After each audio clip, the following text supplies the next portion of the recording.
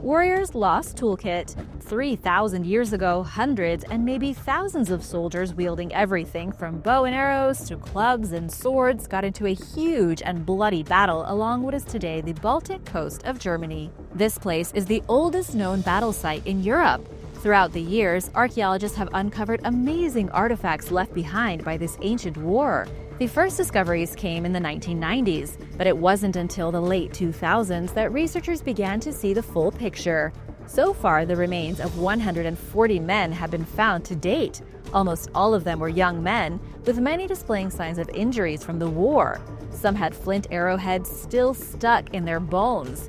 Many had suffered fractures from being hit with clubs. Some even had broken bones that had healed previously, suggesting to archaeologists that many of these men were seasoned fighters. Archaeologists think that they have only excavated a small fraction of the battlefield, but based on what they have found, they think 2,000 people were involved in this mysterious battle. But who were they, and what were they fighting for? The nearby Tolense River is slowly revealing more clues. Preserved in the mud are artifacts left over from the conflict. One of the most exciting finds was a bundle of personal items that had likely been used as a warrior's toolkit. There was a collection of tools, a knife, and a small sword. This would have been carried in a wooden box or a cloth bag that is long gone. But it is very similar to bundles found in warrior burials found all over southern Central Europe. This find from the battlefield is proof that people came from all over Europe to fight at this specific place. But how did they get organized? How did such a large group of people come together and go north? This well-preserved site is probably just one of many during the Bronze Age, where it looks like battle and war was to be expected. The petroglyphs of the Enchanted Valley. In the South American country of Chile, there is a place called Valle del Encanto, or the Enchanted Valley. It's a strange place, one filled with ancient petroglyphs, prehistoric fossils, and signs of curious and wonderful things. The valley is little more than a ravine cutting across the desert, containing shrubs, rocks, and dirt. It was once a walking trail for the Chilean indigenous people as they moved from the huge and sprawling Andes Mountains to the coast. Today, it's most popular with hikers and tourists. It's also a great place to visit if you'd like to see some weird alien rock art that nobody seems able to explain. Scattered across rocks in the Enchanted Valley are unique examples of pre-Columbian rock art. Somebody, thousands of years ago, drew alien heads with antennae on the stones. Scientists don't know what these beings represent. They almost look like drawings of humans, except that they have antennae sticking out like some kind of highly advanced robot. And if that's not strange enough, there are the indents in the stones. Some of the rocks not only feature weird drawings of potentially extraterrestrial beings, but they also have random holes. Each deep hole punched into the rock is about the size of a fist, and nobody's ever been able to confirm why or how the natives created them. Some say they were used for grinding corn. Others have guessed for ceremonies, but it's not clear. Rare Roman sarcophagus. Diving school trainer Hakan Güleç was swimming in the waters off Antalya, Turkey in 2012 when he spotted a mysterious out-of-place object on the seabed, covered in sand and rocks. He tried to move it but failed, and the attempt revealed carved figures in the process. Realizing that he may have discovered something important, Güleç snapped some photos and showed them to officials from the nearby Alanya Museum. The object in question turned out to be a sarcophagus dating back to the 2nd or 3rd century BC. Experts traced it to the Roman era and identified some of the carvings as depictions of deities and mythical characters, including Eros and Medusa. Authorities decided that the sarcophagus would make a nice addition to the museum's collection, and also decided to bring it out of the water. It took hours and hours, but in the end, the mission was a success. Ramses II. In 2012 in Cairo, Egypt, local archaeologists and experts from Germany came across the remains of an ancient statue that they believed to be a depiction of one of the most famous rulers in history, Ramses II. It was discovered in what was once the ancient city of Heliopolis, the capital of worship for the Egyptian sun god Ra 3,000 years ago. Today, this place is a suburb in Egypt's modern capital. The statue has been hidden all this time beneath sand and rubble, never before seen by eyes in the modern world. Finding such a well-preserved artifact in a Cairo suburb in this day and age is basically impossible, which is what makes the discovery so fascinating. Plus, Ramses II is considered one of the greatest kings that ever ruled Egypt. He was in power for 66 years, which was unheard of in the ancient world. Normally, people didn't even live to be 60, and yet Ramses ruled longer than the average lifespan. He expanded the Egyptian empire all the way into Syria and Sudan. And he established borders with the neighboring Hittite Empire without spilling a drop of blood. It was a very rare event because royal reigns were nasty, animalistic, and short. And his face can be seen all across Egypt, depicted in the giant sculptures at Abu Simbel, at Ramesseum, and apparently even hiding under the streets of Cairo. Giant stone balls. Almost 100 feet beneath a coal mine, 10 spheres were discovered about half the size of an ordinary person. Each one is about 3 feet in diameter, perfectly smooth, and may change color when it rains. The bizarre spheres were unearthed by an excavator at the coal mine in Russia, all lying close together. It was almost as if the mysterious balls of stone had been buried in prehistoric times, then discovered purely by accident. When the balls were first found, there were a lot of wild theories spinning around. Some thought they were dinosaur eggs. Some believed they were made by a lost civilization thousands or millions of years ago, and others believed they had been planted underground by aliens.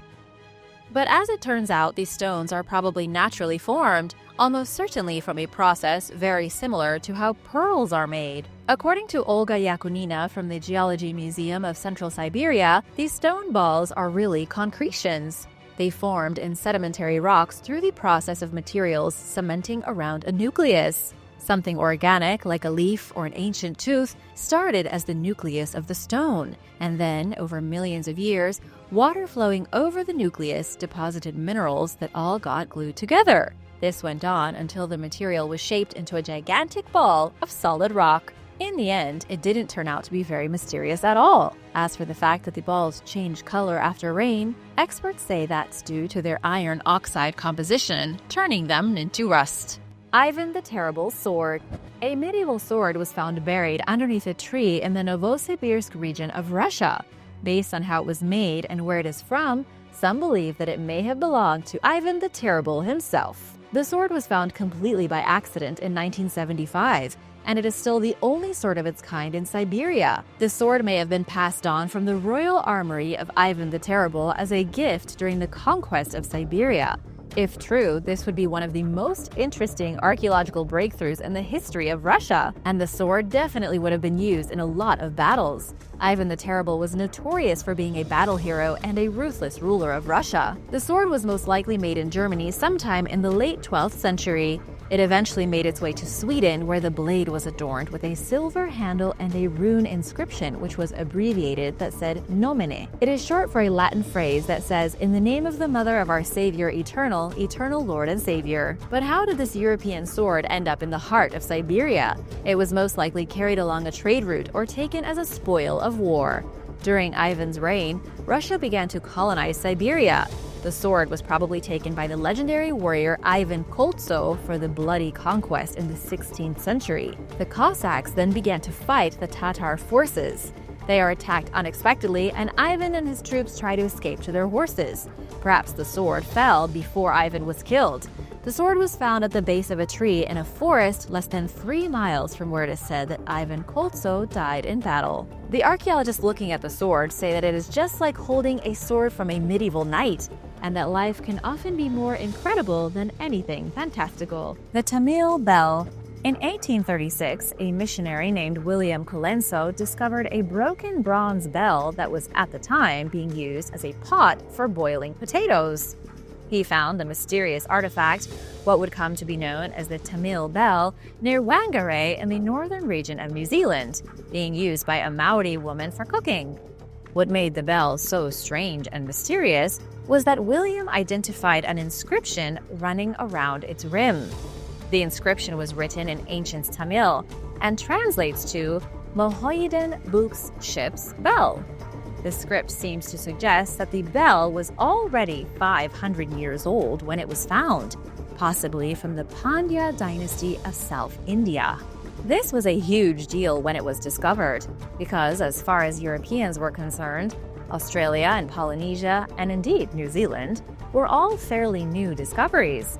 The presence of a ship's bell from South India implies that seafarers from India discovered the lands of Oceania much earlier than Europeans.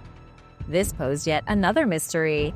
If the bell was really left behind by an Indian ship 500 years earlier, in the 12th or 13th century, why is there no mention of it anywhere? Tamil seafarers never wrote of any expeditions to unknown lands far to the south. It could have been a one-way trip. The ship may have reached New Zealand only to be stranded and the people killed. Others have speculated that the bell, although ancient, was not left in New Zealand 500 years ago. Instead, it may have been dropped by a more recent Portuguese vessel. Or it could have washed up on shore as debris from an ancient shipwreck. Ancient Carthaginian galleys. On March 10, 241 BC, a fleet of Roman ships destroyed an armada of Carthaginian vessels off Sicily's northwestern coast, causing them to sink to the bottom of the Mediterranean Sea. The battle marked the end of the First Punic War, with Rome emerging victorious against Carthage. During maritime battles like this, warships deliberately crashed into each other in an effort to sink the enemy, or to get close enough to board the enemy ship and face off in hand-to-hand combat. Vessels were equipped with metal rams to protect against damage and maximize the destruction against the enemy. The remains of some of the wrecked ships from that ill-fated battle have been found scattered along the sea floor, where they've sat for over 2,000 years.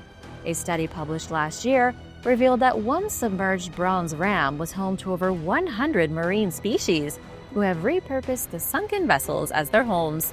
The hollow metal object was recovered and restored in 2017. As part of the process, the team collected and studied samples of the organisms living on it.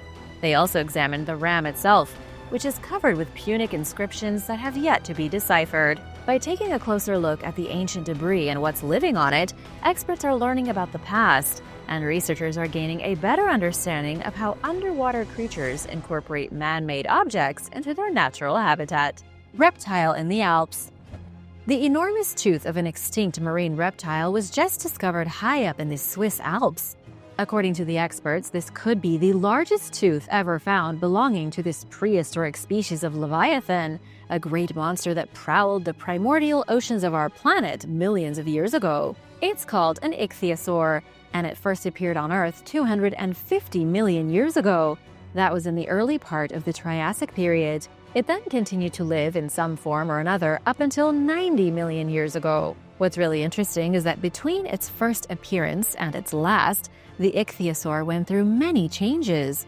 It grew to massive proportions, weighing 88 tons and reaching up to 65 feet long. But then it devolved to be no bigger than a modern dolphin. The tooth recently found in the mountains belonged to one of the bigger species, perhaps the biggest. It's known as the gigantic ichthyosaur, and it died out approximately 200 million years ago.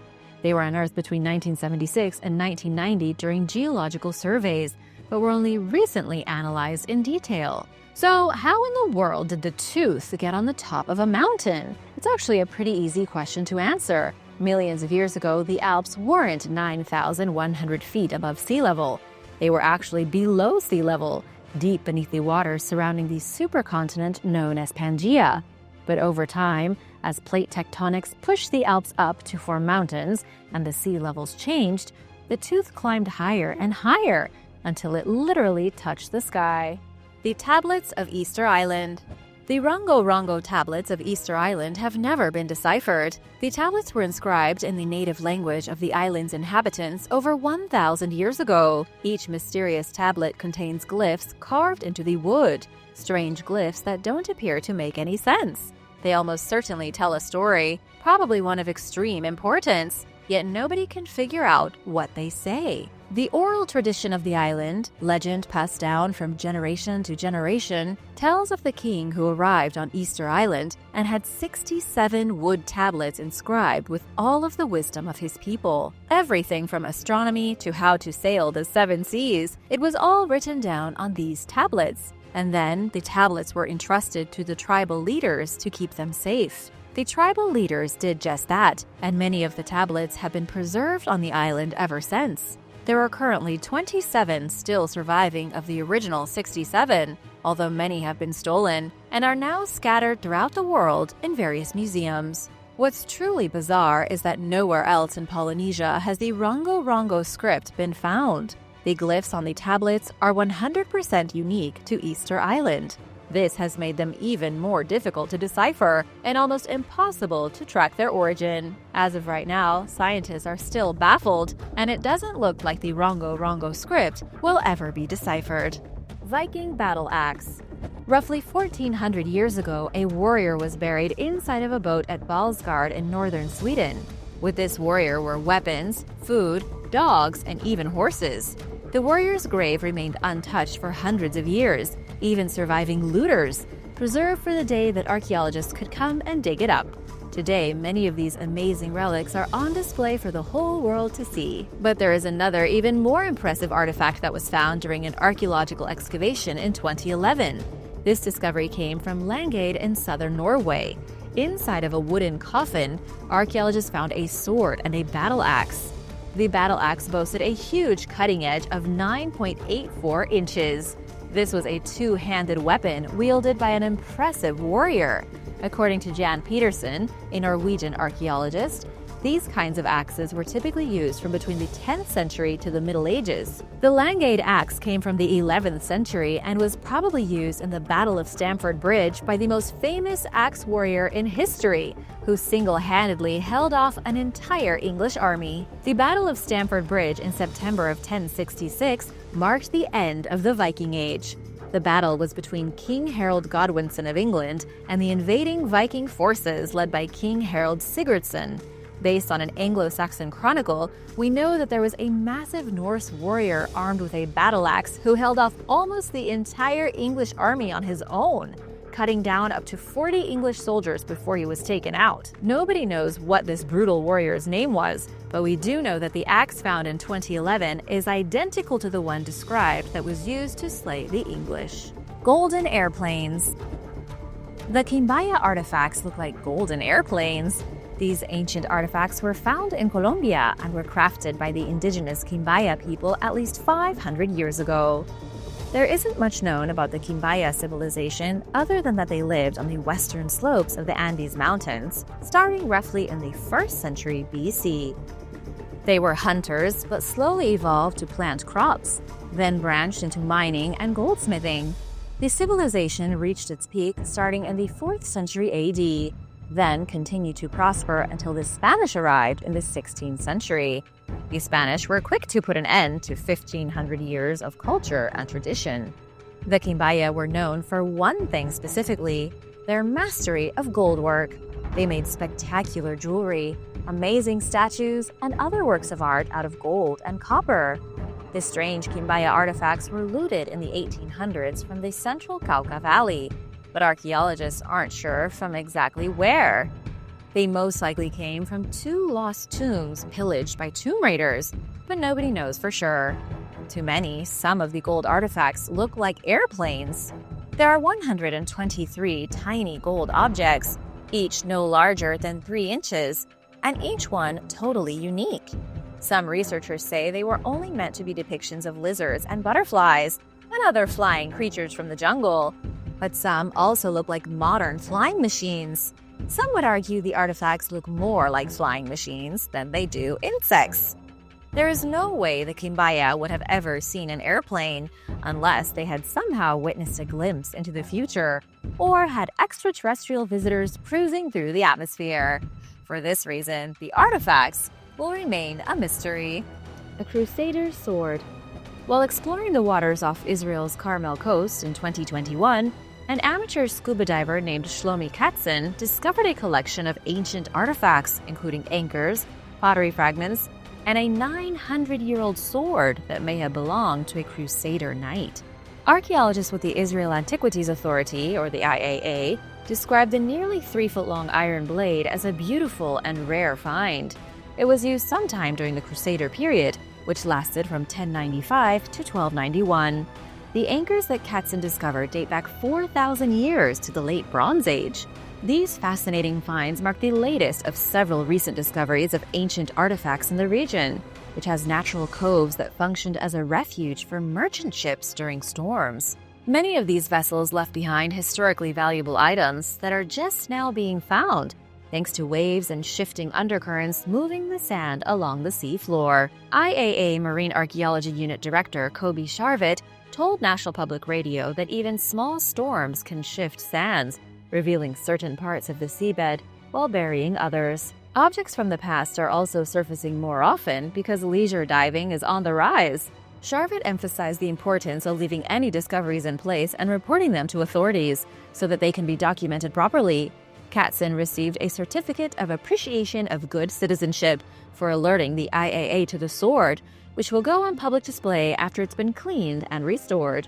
Wartime archaeology. While digging defenses in the port city of Odessa in 2022, Ukrainian soldiers came across unexpected archaeological treasures. In the midst of the war between Ukraine and Russia, nobody could have expected Ukrainian soldiers to turn into amateur archaeologists, and yet they dug up a trove of artifacts dating back to the 3rd century BC. These soldiers are members of the Ukrainian 126th Territorial Defense, and they uncovered a large collection of amphorae. This is a fancy name for the ancient containers used by the Greeks, the Romans, and the Byzantines. The containers were usually for transporting liquids and dry goods, anything from olive oil to wine to grain. These particular containers were likely used by the Romans. What a lot of people don't know is that the port city of Odessa actually began its life as a small Roman settlement by the name of Odessus. When Ukrainian soldiers got wind that Russia was planning to strike the city, they started digging trenches. And it was in one of those trenches that these mysterious artifacts were discovered. But sadly, the discovery is unimportant in comparison to what has been lost. Ukrainian officials say over 2,000 precious works of art have been stolen. At least 127 culturally important sites in the country have been damaged. Russian shelling destroyed an entire museum on May 7th, and gold artifacts over 2,300 years old, precious items from the Scythian culture, have been looted since the war started. Mysterious ancient toys. Tel Jameh is an ancient Assyrian settlement in modern Israel that was inhabited 3,800 years ago. Over the past 2 decades, archaeologist Gus Van Beek has been excavating the site and recovering mysterious objects. These objects range from old coins to scarab amulets, scraps of pottery, and baffling ancient toys. One of the strangest collections of objects found consisted of 17 small discs, some made from chalk and others made from stone, with 2 holes drilled in the center. Similar objects have been found in Japan, Egypt, and even the Americas. 3 of them were found in New York City at the old site of a British Army camp. One of them was made from a coin, while others found across the world were made from stones 4,000 years ago. Scientists can't agree on what these mysterious artifacts were used for. Some say they were buttons, others say they were weights for looms, and others simply call them miscellaneous objects. But according to Gus Van Beek,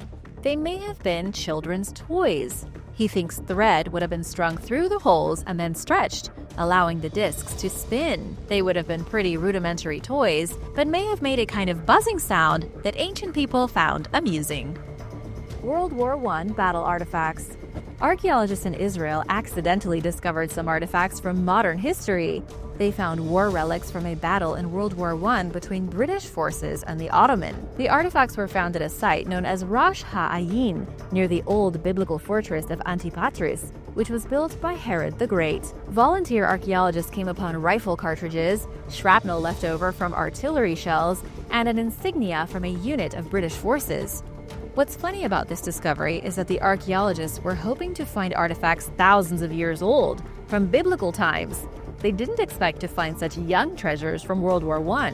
The team even found the remnants of a pair of old Ottoman military outposts that had been lost in an agricultural field. These artifacts were all left behind after a battle on September 19, 1918, known as the Battle of Mehil. But this area was just one small part. The British had been trying to take control of Israel, then called Palestine, which was occupied by the Ottoman Empire. The The British attacked the Ottoman fortifications with 18-pounder guns, according to the shell casings, and the Turks fired back with Mauser rifles. In the end, the Allied forces took Damascus on October 1st, and an armistice was soon signed that ended fighting between the British and the Ottomans. The Newark Holy Stones. David Weyrich allegedly discovered a set of artifacts in 1860 called the Newark Holy Stones. He found these stones within a cluster of ancient burial mounds in Ohio. And although the stones are highly controversial, and some don't believe they hold any historical value, they can still be found at the Humrick House Museum in Coshocton. The site where they were found definitely holds historical value, as it's one of the most important Native American Hopewell sites, occupied from between roughly 100 BC and 500 AD. The first of the stones is called the Keystone, and it was found inscribed with ancient Hebrew. The second stone is the Decalogue, a strange tablet that has the 10 Commandments from Exodus, also written in ancient Hebrew, and it also has the figure of Moses carved into it. The stones were taken for radiocarbon dating in 2014. Bradley Lepper from the Ohio History Connection dated one of the fragments as being from 85 AD, or just shy of 2,000 years old. That would fit nicely with the time that the Hopewell culture had been living where the artifacts were found. It would also help to confirm the lost tribes theory. The theory suggests an ancient tribe of Israelites crossed the sea and established a colony in Ohio thousands of years ago. On the flip side, experts have argued that David faked the artifacts because he was a steadfast supporter of the lost tribe theory. He wanted to make the theory a reality, and so he crafted the stones himself using materials that he stole from real archaeological sites. A lost empire's gold. Between the 7th and 11th centuries, the powerful Srivijaya Empire controlled much of Asia's maritime trade. The civilization was headquartered on what is now the Indonesian island of Sumatra in the city of Palembang. It left behind little archaeological evidence, leaving modern experts with limited knowledge of what the Srivijaya Empire was like. No traces of the city's buildings have been found, perhaps because they were buried by a volcano, or because they were made from wood and deteriorated. Much of what researchers know about Srivijaya comes from the eyewitness accounts of travelers who passed through. It was reportedly rich in gold, and used its wealth to build advantageous relationships with China and other powerful societies. The empire also financed Buddhist monasteries and temples in China, Java, and India. No official archaeological excavations have been carried out in the area, but people began finding coins, jewelry, and other treasure along the Musi River in 2011, and the discoveries continue to this day. Late last year, divers found gold rings, beads, precious gems, a Buddha statue, and other objects that are thought to be from the Srivijaya Empire. British maritime archaeologist Sean Kingsley suspects that Srivijaya was a floating city made out of wood, which rotted after the city's abandonment and caused artifacts to sink to the bottom of the river. Indonesia imposed a moratorium on underwater archaeology back in 2010. But this isn't enough to stop people from conducting their own dives in search of valuable items, and those who find artifacts by chance are unlikely to report their discoveries. Unfortunately, this leaves experts empty-handed and unable to learn more about the mysterious civilization and its unexplained collapse. What would you do if you discovered sunken treasure? Would you report it or keep it for yourself? Let me know in the comments. And now for number 6. But first, want to give a big shout out to Tracy Demond and Gary Just Johnson. You guys are awesome. We wouldn't be here without you. If you are new here, be sure to subscribe if you haven't already to join the Origins Explained family. The sword in the sewer. Something unbelievable was recently discovered deep inside a sewer in Denmark. A pipe layer by the name of Janek Vestergaard was conducting work on a street in the city of Aalborg when he and an engineer came across a sword from the 12th century. This was a medieval weapon, likely wielded by a warrior, lost for nearly 1,000 years, and it turned up in a sewer. The men took the sword to Kenneth Nielsen, an archaeologist with the Historical Museum of Northern Jutland. After inspecting the sword, Kenneth came to the conclusion that it had probably been lost in the 1300s, but may have been forged at least a century earlier. It was discovered in a layer of waste which has accumulated over one of the oldest layers of pavement in the city. which now is deep underground. Because of its age and the fact that it had been forged much earlier than it was lost, experts say it's very possible it had an extremely rich history even before it was discarded. It was fully complete and well saved, and the double-edged blade is still sharp. Unfortunately, we don't know who the sword belonged to, but Kenneth Nielsen thinks it was lost by a warrior during a battle. A sword was a status symbol in the Middle Ages, dragged both on and off the battlefield and constantly buried with its owner as precious grave goods. Because Denmark was plunged into chaos in the 13th century, with civil war spreading throughout the nation, there were plenty of fights happening in the streets. The owner of the sword could have been defeated, the weapon fell to the ground, and then it got pushed so deeply into the mud that nobody noticed it for centuries. The Teutoburg Forest battleground. The battle at Teutoburg Forest in Germany stopped the Roman Empire dead in their tracks. About 20,000 soldiers accompanied by medics, slaves, traders, and several thousand women were marching through the dark German forests on a mission to expand the Roman Empire, their culture, and their laws into the shadowy north of Europe in the 1st century BC. But the Germanic tribes had no intention of being absorbed by the Romans. They ambushed them in the woods and killed them by the thousands. Within just a few minutes, the Roman forces were splintered and defeated. Less than 1,000 warriors out of the original 20,000 are said to have survived. For around 2,000 years, the exact location of this battlefield was a complete mystery. It wasn't until excavations in the late 20th century revealed a Roman coin from around the same time that the massacre happened. More excavations revealed spears, broken bones, sling projectiles, and even an ancient silver mask that belonged to a Roman officer.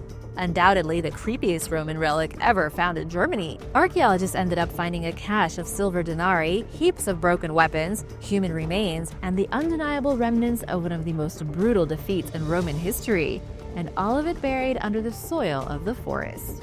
Texas man tracks. The Paluxy River in Texas is a fantastic site known primarily for its dinosaur footprints.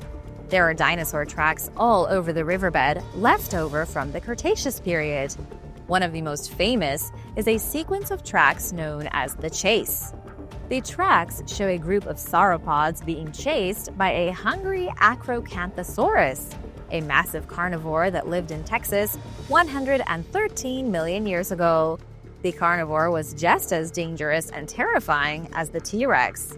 But the most controversial discovery to ever come out of the Paluxy River was made in the early 1930s. Locals came across dinosaur footprints right beside human footprints, making it seem as if some species of human was walking alongside dinosaurs in prehistoric times.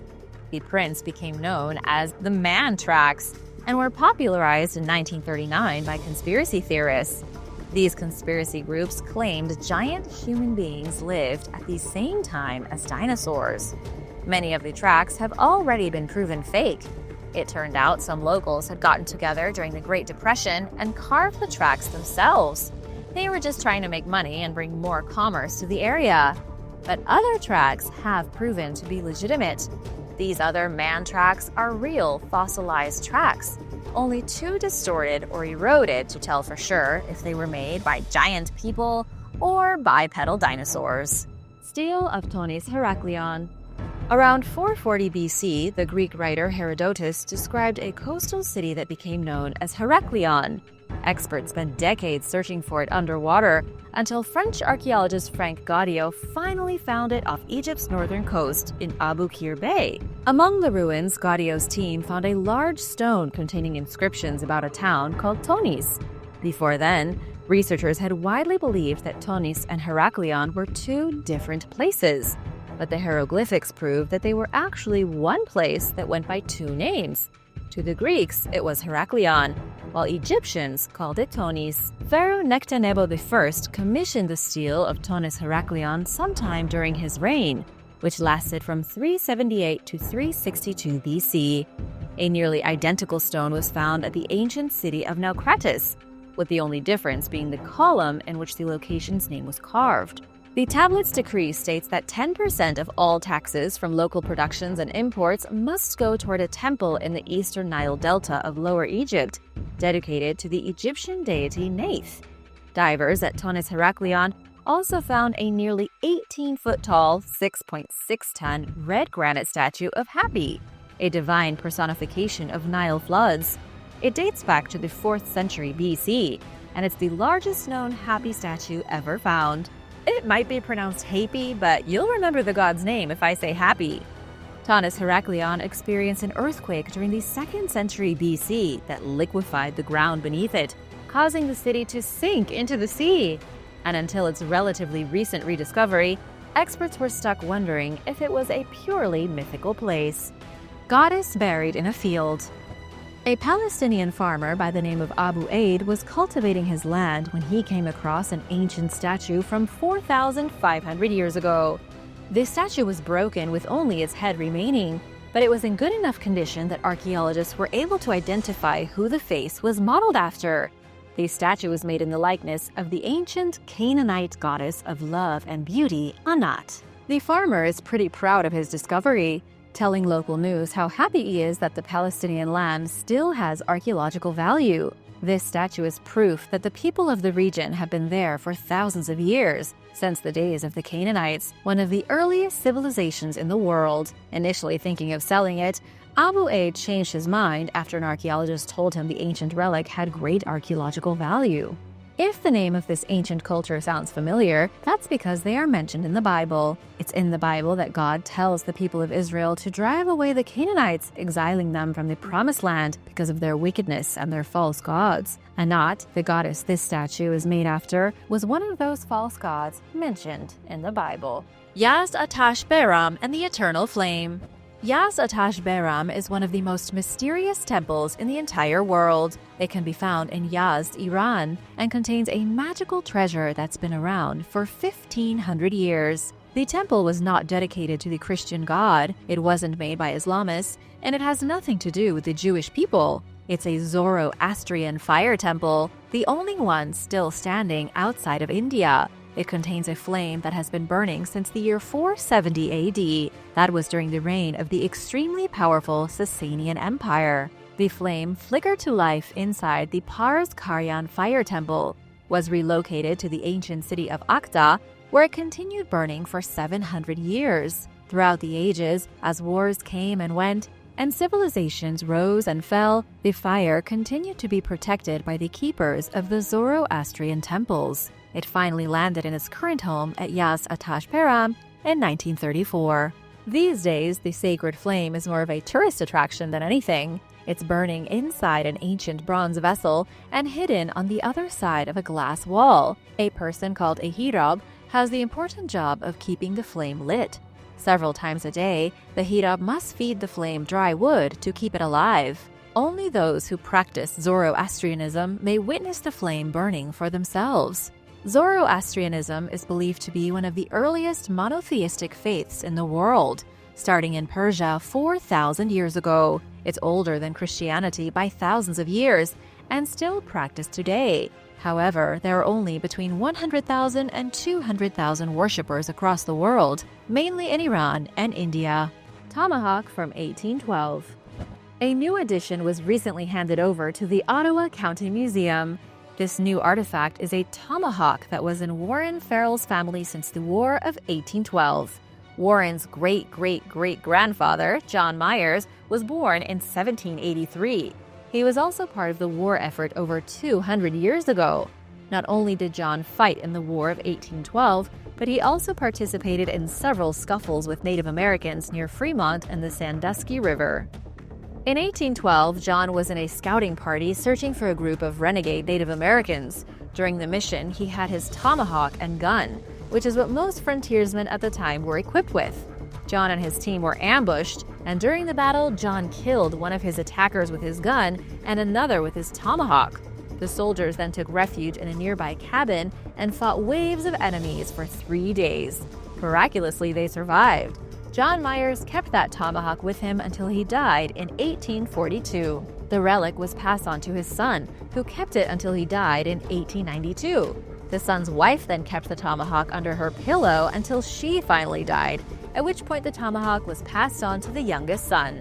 Now, the family heirloom and incredible war relic is being gifted to the Ottawa County Museum. which happens to be near the original battleground where John Myers first used the tomahawk in battle. The Dorchester Pot.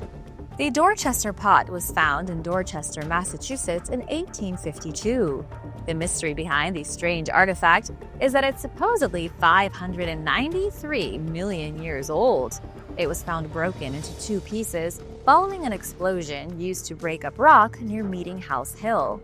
A story in the Boston Transcript from June 5, 1852, describes the discovery of the artifact in great detail. The two pieces of the pot were found loose in the debris of the blast. It was inferred at the time that because of the location of the fragments, they had been stuck in solid stone.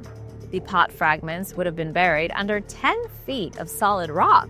The rock in which they were supposedly sealed accumulated between 570 and 593 million years ago at the bottom of what was once an ocean. It makes absolutely no sense that a small bell-shaped pot like a vase was stuck in such ancient rock. Some claim the pot is proof of creationism, while others say it's nothing but a Victorian-era candlestick. In all likelihood, it's possible that the candlestick got mixed up in the explosion somehow and perhaps wasn't physically stuck inside the rock at all. Still, it's an ongoing mystery that's never been fully confirmed as 500 million years old or not. Battersea Shield. In 1857, workers dredged up an ancient bronze shield from the Thames River in London while excavating ahead of the construction of the historic Chelsea Bridge. It's made from several pieces that are held together by rivets and is decorated in the style of the Celtic Latin culture. Known as the Battersea Shield, the object would have been used as a covering for a wooden shield. It's considered one of the most significant pieces of Celtic art ever discovered in Britain, but its origins are a mystery. For one, nobody can say for sure when the shield was made or used. The Museum of London dated it to sometime between 350 and 50 BC, but some experts think it may have been made during the early 1st century AD. The workers who discovered the Battersea Shield also found skeletons, as well as large amounts of Roman and Celtic weapons.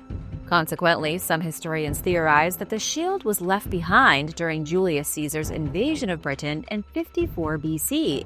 But most modern scholars challenge this view. The bronze plating that the shield is made from is too thin to have protected someone during combat, and it contains no sign of battle-related damage.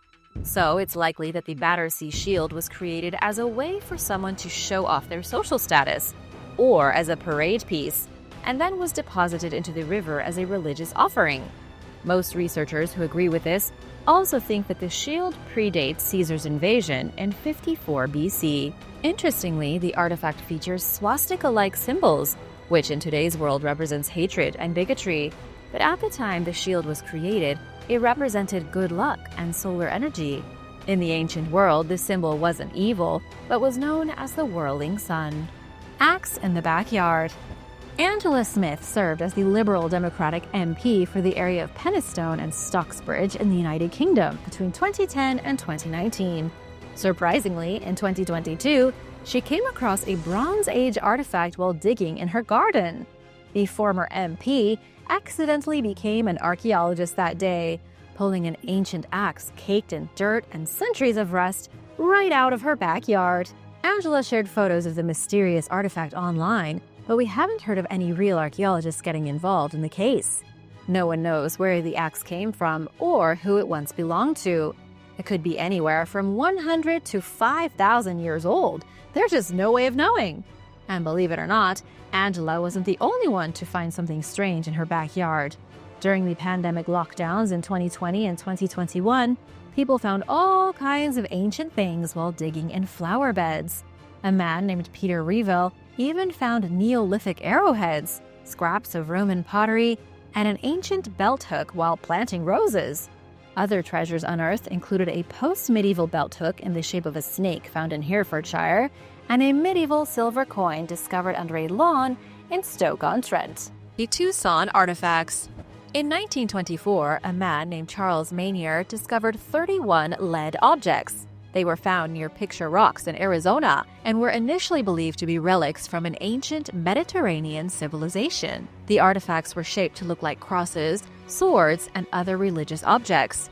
Some of them had Latin inscriptions, some had Hebrew, and one even had a portrait of a dinosaur on it. There were random Roman numerals engraved on the lead artifacts, and it was all very strange. To make things even more mysterious, Charles didn't find any other artifacts or signs of civilization. He found nothing except the lead objects. There was no hint that humans had ever lived in this dusty patch of Arizona. In the 1920s, the discovery of the Tucson artifacts was a revelation. The objects were believed to be proof that a Roman colony of Judeo-Christians had crossed the ocean and settled in Arizona around the year 790 AD. It was sensational. A man named Thomas Bent was so eager to discover more artifacts that he moved to the excavation site and built his house there to legally claim the property. But then came the bad news. Harvard University scholar George Valiant publicly denounced the artifacts as fake. So did Neil Judd from the National Museum at the Smithsonian Institution. Neil said the artifacts were created by an incompetent individual with a flair for Latin and a fascination with antiquity. These days, the artifacts are widely accepted as fakes. There probably was no Roman colony in Arizona. Nevertheless, there are believers who think the Smithsonian covered up the discovery so they wouldn't have to change the history books. And now for number 5. But first, I want to give a big shout out to Alicia Ziegler and Candace Perry. Thanks so much for watching and spending time with us. If you are new here, welcome. And be sure to subscribe if you haven't already for more videos like these. The Battle of Marathon. One of the most fascinating war relics from ancient Greece is a Corinthian helmet made out of bronze that was discovered on the plain of Marathon back in 1834. But the helmet had been used 2,500 years earlier by a Greek hoplite. This was a modern helmet back then, used by all the old Greek heroes. It offered stupendous visibility and covered both the head and the neck. It was used by the Greeks and even the Romans up until the 1st century AD. This particular helmet came from the Battle of Marathon. On September 17, 490 BC, an army of Greeks 10,000 strong assembled on the plain of Marathon, ready to fight to the death. This was the Greeks defending their home against the scourge of the Persian Empire. This invincible army outnumbered the Greeks, just like in the movie 300. The Greeks were supposed to be backed by their reinforcements from Sparta, but they never showed up. So the Greeks went on without any backup and fought the army over twice their number. In the end, 6,400 Persians were killed, and the invasion failed. The Greeks won the fight with their superior combat skills and perhaps better weapons. The Corinthian helmet was lost during the battle. When it was found, the soldier's skull was still inside it. Roman Mexico. In 1933, archaeologist Jose Garcia Payon was excavating an ancient site in the Toluca Valley of Mexico. The site is about 40 miles from Mexico City, once the seat of a powerful Mesoamerican society.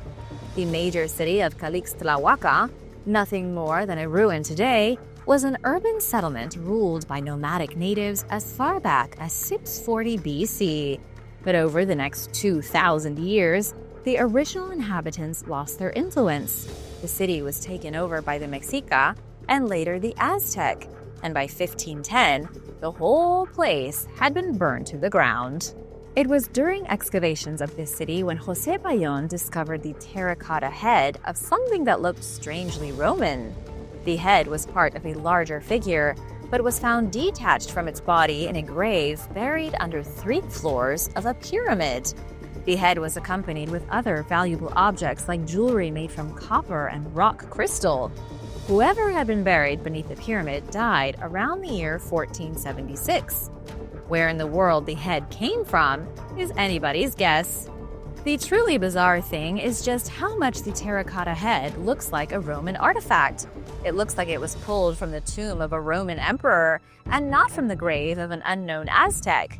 An assessment done by Romeo H. Hristov from the University of New Mexico in 2001 said the hypothesis of Roman origin is applicable.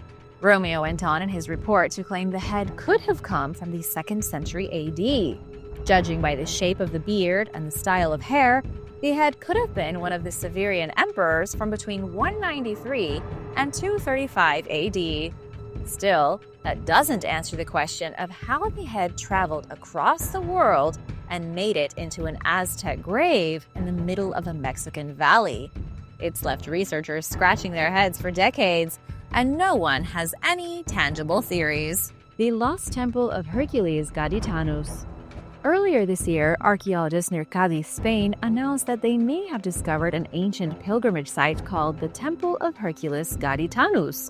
Famous historical figures such as Julius Caesar and Hannibal reportedly visited the site, which dates back to the 8th century BC and is being called the Holy Grail of artifacts. The temple is submerged in a small channel called the Caño de Sancti Petri. Archaeology graduate student Ricardo Belizon was the first to detect the site while examining images that were taken using remote sensing technology called LiDAR, which enables experts to see hidden and buried objects. He noticed a 1,000-foot-long, 500-foot-wide structure near the shore, which matched the description of the lost temple. The team has been unable to excavate the underwater ruins because of the marshy environment's shifting water levels, but they are making plans to do so. These challenging conditions fall in line with the historical description of the temple, which may have been built by the Phoenicians. Ancient texts about Hannibal's and Julius Caesar's visits describe the site as a changing environment in contact with the sea, subject to the changing tides. Not all experts believe that the structure is the mythical Temple of Hercules. Archaeology professor Antonio Monterroso Checa, who authored a study in 2020 claiming that the temple is in another location, stands by his findings and attributes the new research to a triangulation error with no reality at all. For now, the claims in both studies remain unproven, but it looks like there's quite a bit of competition going on. Mysterious gravestone. A 240-year-old gravestone was just discovered on the banks of the Cuyahoga River in Ohio. The grave marker weighs over 200 pounds. It's covered in moss, and the inscription on the front was carved by hand. The gravestone reads Thaddeus J. Peck, 1711 to 1781, and has a cross carved into the top. Historians don't know who this Peck character was, but they know he died before the state of Ohio was even settled by Europeans. In fact, this gravestone is so old that the Declaration of Independence had only been penned 5 years before. When this guy died, George Washington was a general leading the Continental Army against British troops. The gravestone was discovered on April 18, 2022. A couple of fishermen heading down to their usual spot noticed the stone sticking out of the dirt. After they wiped the grime away, they realized they had come across a legit treasure. So they contacted the Historical Society, and now we have a real mystery on our hands. Seeing as Ohio wasn't established until 1803, and Cuyahoga Falls wasn't even established until 1812, what was an old pioneer doing in the Ohio wilderness in 1781? Not only that, what was a 70-year-old man doing deep in Native American territory? The average life expectancy for someone living in America was only 38 years back then. Thaddeus J. Peck lived way beyond his expectancy. He was far from his own people, and yet was seemingly important enough to be buried and given his own tombstone. The Glozel artifacts. In Glozel, France in 1924, a cavern was discovered filled to the brim with artifacts. Oddly enough, this was the exact same year Charles Manier found the Tucson artifacts. It was a good year for archaeology and for mysterious potential forgeries. A farmer was plowing his fields in France when he came across the cavern. From within the dark and creepy space, he retrieved over 3,000 artifacts. It took 6 years to excavate them all, and much like the Tucson artifacts, they were greeted with great skepticism. Experts to this day debate the authenticity of the artifacts, and they've never been universally accepted or positively debunked. The thing about the artifacts in France is that they were found completely by accident by a 17-year-old farmer named Émile Fradin. In 1924, the 17-year-old farmer, who had to work 20 hours a day, didn't have time for cooking up schemes, never mind handcrafting archaeological forgeries. He discovered the underground chamber by accident and was shocked to see it filled with ceramic pieces of pots, human bones, and a tiled floor. In typical 1920s fashion, archaeologists went to the cave and ripped it up piece by piece. They took out the walls, the floor, and carried it all back to their museum labs. The artifacts were dated back to between 100 and 400 AD. Then, during excavations that followed, additional artifacts were found dating back to 10,200 BC. The discoveries became so controversial mainly because they were so strange. For example, there were weird tablets etched in indecipherable script and clay pots with inhuman faces on them. Some experts declared everything inside the cave real, while other experts said everything was fake. Nobody could agree on which artifacts were real and which artifacts were hoaxes. Adding to the mystery, there was a modern excavation in 1983, but the summary was never published. In 1995, more research was done, and the artifacts were dated back to the year 500. Ming battlefield. Chinese archaeologists recently discovered over 10,000 extremely rare artifacts from a Ming Dynasty battlefield. Among the artifacts was a gold imperial seal that was likely used by an heir to one of the emperors of China. The precious artifact came from a period in which the Ming Dynasty was collapsing, giving rise to the Qing Dynasty. According to Liu Ziyan, the lead archaeologist on the project, there is no other imperial seal like it in the world. It was a symbol of immense royal power. It has a knob shaped like a turtle and is made of 95% pure gold. Even though lots of other artifacts were found, the imperial seal was one that stood out the most. The battlefield where these artifacts were discovered was likely the scene of a massive battle during the end of the legendary Ming Dynasty, today located near a small stretch of the Minjiang River. The Ming Dynasty had gotten rid of the pesky Mongols by maintaining a campaign against them, with heavy Mongolian defeats throughout the 1400s. But the Ming Dynasty declined and ultimately collapsed in 1644 at the hands of the Manchus. The battleground where the royal seal was found had likely been part of a peasant rebellion very near to the final fall of the Ming Empire. Walking with trilobites. In June 1968, William J. Meister was on an expedition 43 miles from Delta, Utah. He was with his wife and daughter, and their friends and two of their daughters. They were doing some amateur archaeology, looking for things like fossils and prehistoric ruins. They had already discovered a few trilobite fossils when suddenly William busted open a slab of rock and found a footprint. The rock cracked open like a book, revealing a set of obviously human tracks with the fossil of a trilobite in the middle. A trilobite is an extinct marine arthropod from the Paleozoic era. It was almost a perfect mold of someone wearing a sandal. What it looked like is that somebody had stepped on the trilobite, crushing it against their sandal and preserving it as an imprint. The strata in which these fossils were found is 500 million years old. That would suggest whoever walked here did so 500 million years before today. Nobody has ever been able to prove this, nor to really explain the artifacts. In 1970, the footprint was used by Melvin A. Cook, a famous American chemist, as evidence against evolution. Most scientists have dismissed the track as nothing but nonsense. The trilobite fossil is certainly real, but the human print has mostly been dismissed as just a freak coincidence. The Port of Amathus. The Port of Amathus was an artificial harbor that was likely built during the 3rd or 4th century BC, near the modern-day city of Limassol in what is now Cyprus. Experts described it as an impressive but short-lived large public port project of the Hellenistic period, which may never have been completed. It contains 3 piers made from large rectangular stones, which protected the ships from strong winds. Today, the ancient port's outer harbor sits 13 feet underwater and extends 328 feet from the shore. Sadly, it appears as though the site was never used for its intended purpose. The area was abandoned entirely by the 6th century, most likely due to Arab raids, although archaeologists don't know for sure why the population of Amathus fled. A team led by Dr. Jean-Yves Empereur first excavated the submerged site during the 1980s. In 2005, an artificial reef was established among the ruins. It has unfortunately caused a lot of stress to the structures. Now, officials want to turn the site into an underwater park. The plan is causing tensions between people who want to preserve the harbor and those who are more concerned with protecting a marine plant called Neptune grass.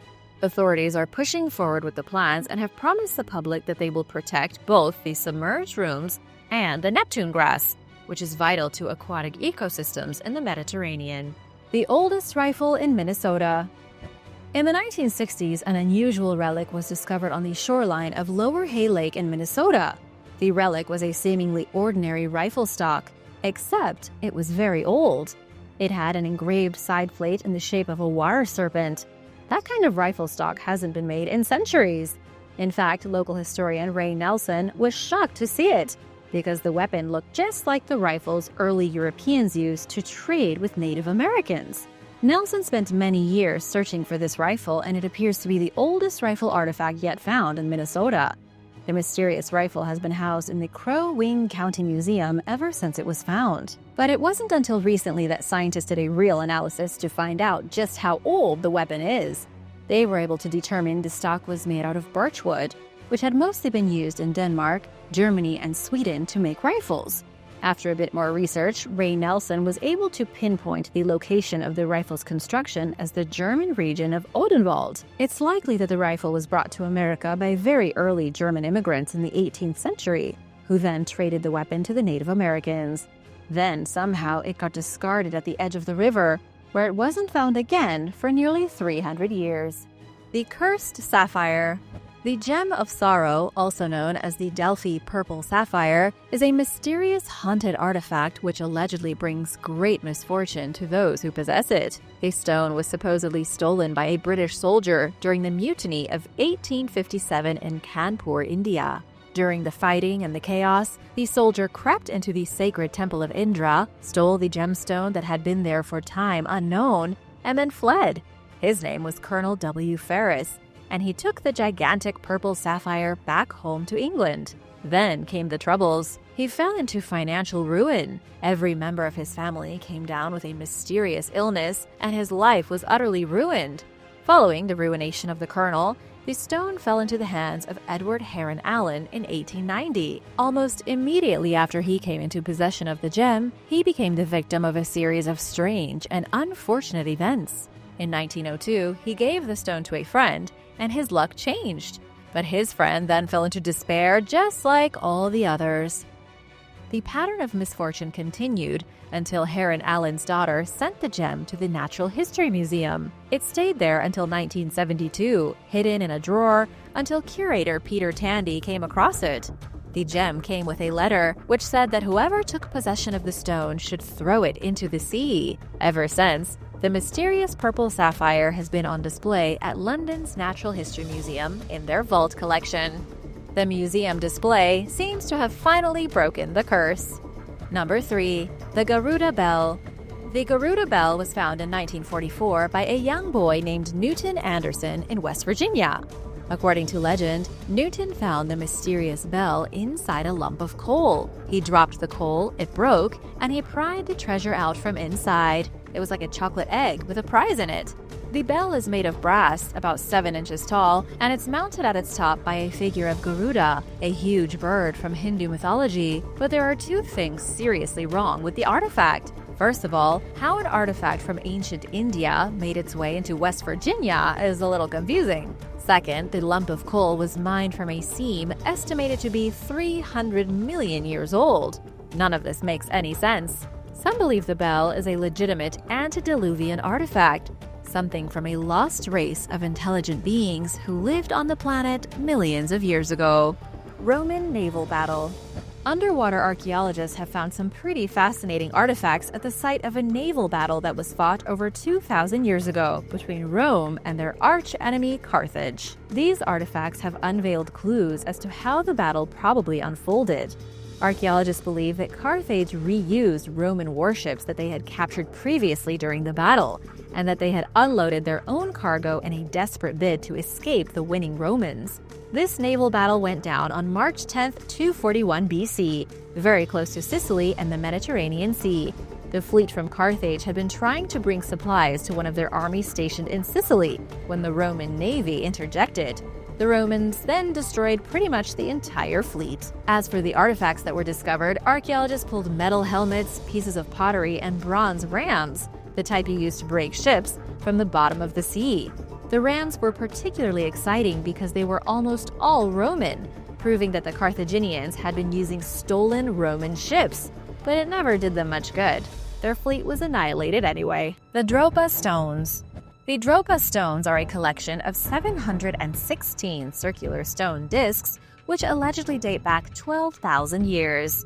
What makes them truly remarkable, besides being incredibly old, is that they have tiny markings on them that look like hieroglyphics. Each disc is about 1 foot in diameter, and each one has a pair of grooves. These grooves form spirals from the center of the disc to its outer edge.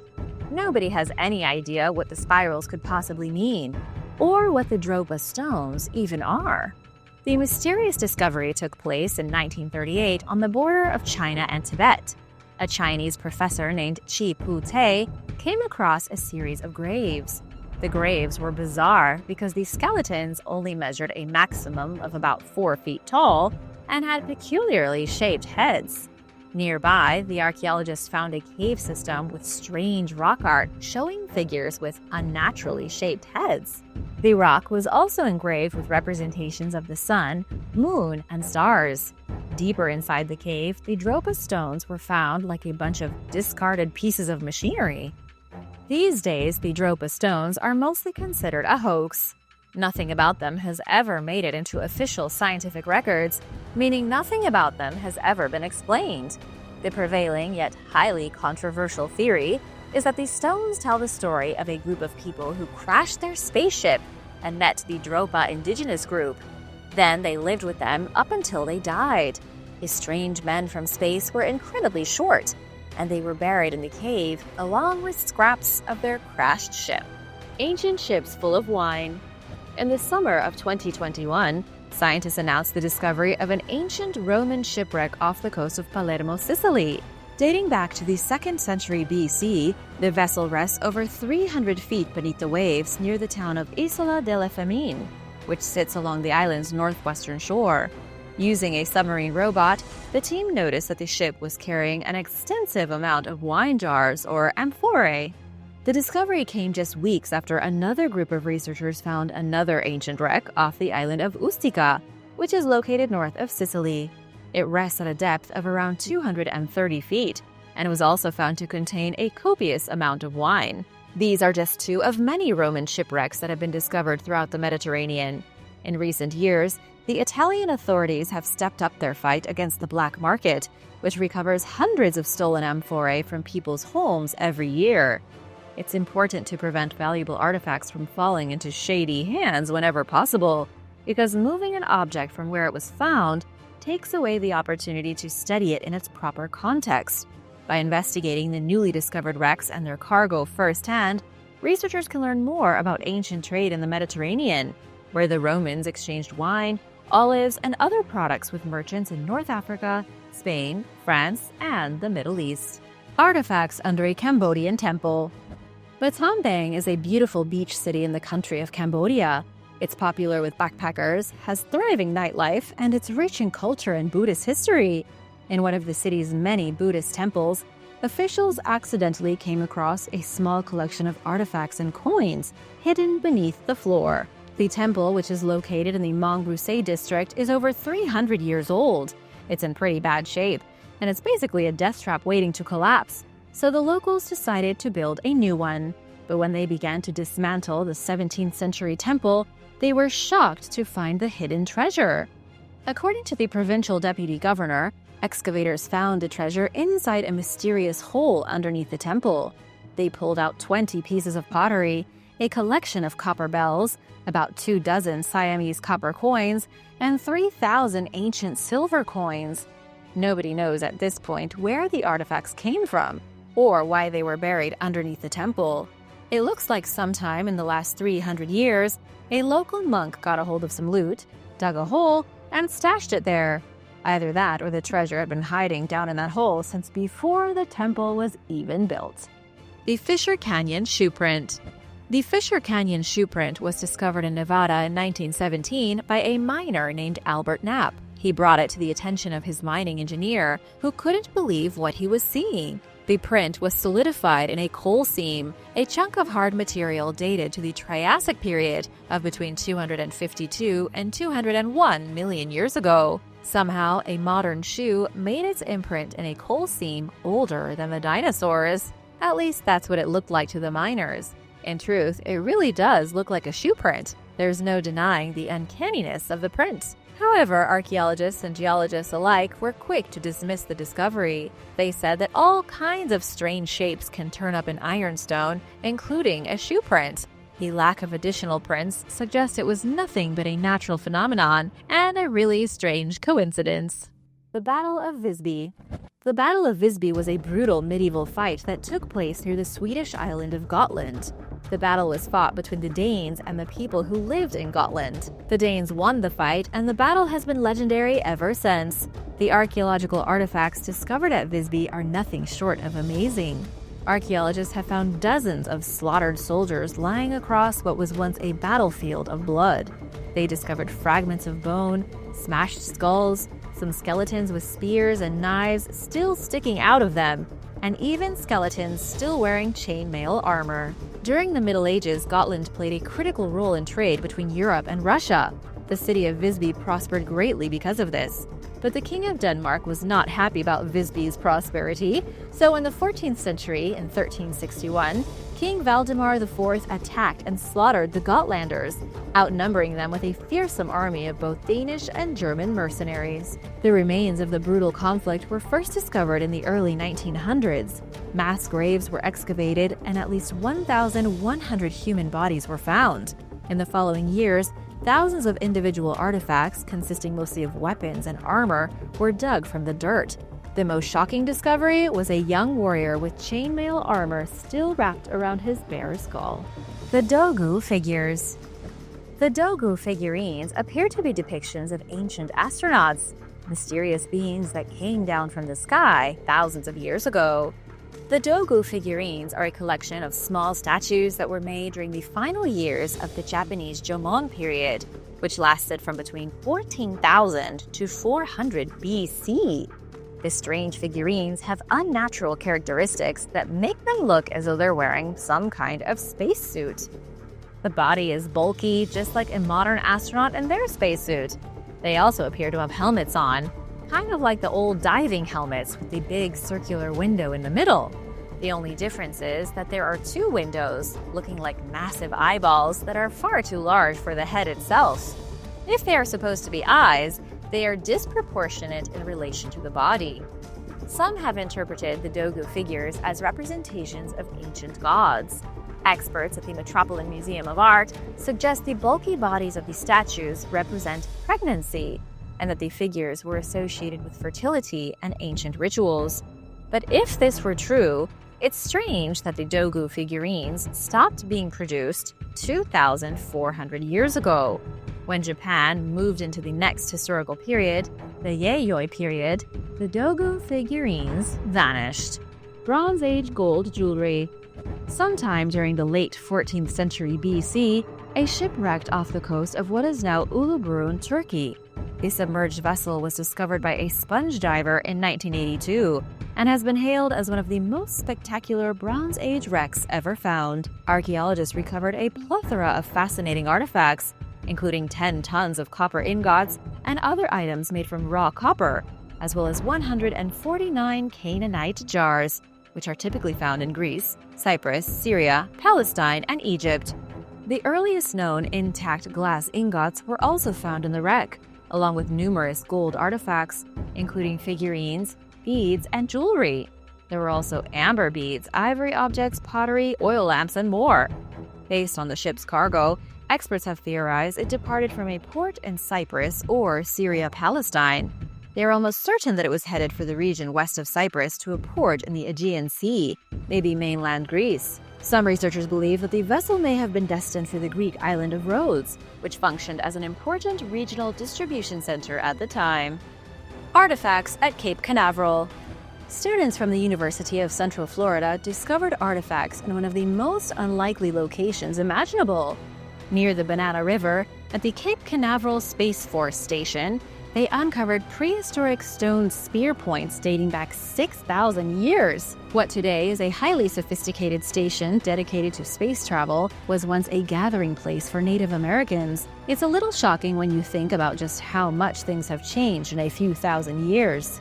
Beginning in 2017, Anthropology students with UCF and U.S. Air Force Space Launch Delta 45 have been doing archaeological research at the highly restricted Cape Canaveral. They discovered that there were once hundreds of Native American sites spread across the surrounding area, but most were destroyed during construction of missile ranges and military facilities. Thousands of years of history were wiped out by 50 years of rocketry. But not everything was totally erased. The students have found clusters of what appear to be feasting areas. They found several different sites filled with shells from where the Native Americans had gorged themselves on seafood. Then, when they went digging about 400 feet from the shore of the Banana River at the Penny site, they found the spear points. These spear points were used by the original hunter-gatherers of North America to take down big game. It's pretty amazing to see this kind of archaeological research being done at a space station, of all places. Creating a forgery. Mysterious artifacts from the early 20th century turn up all the time, and scientists couldn't always explain them. But in the 21st century, scientists are pretty good at spotting forgeries from a mile away. When the archaeologist Eliseo Gil revealed a small trove of Roman artifacts, including a depiction of the crucifixion, Egyptian hieroglyphics, and one of the earliest uses of the Basque language, scientists were skeptical. Eliseo and two of his colleagues claimed to have found their artifacts in the Roman ruins of Iruna Velea. They also claimed the graffiti they found on an ancient piece of pottery was the earliest known picture of Jesus Christ being crucified. In February of 2020, these archaeologists found themselves in a criminal trial accused of forging the mysterious artifacts. After the relics were shown to the world, other archaeologists were quick to point out inconsistencies. The graffiti had been made using modern language, even commas and words from hundreds of years later. The wording was all wrong, sparking immediate concern. The archaeologists also forged hieroglyphics spelling out the name of Queen Nefertiti, who would have been unknown to the Basque people of Spain.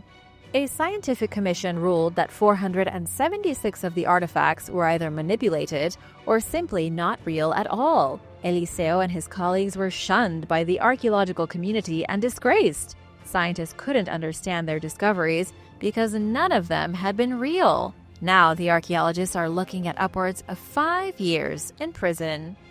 Thanks for watching. Remember to subscribe if you haven't already, and I'll see you next time. Bye!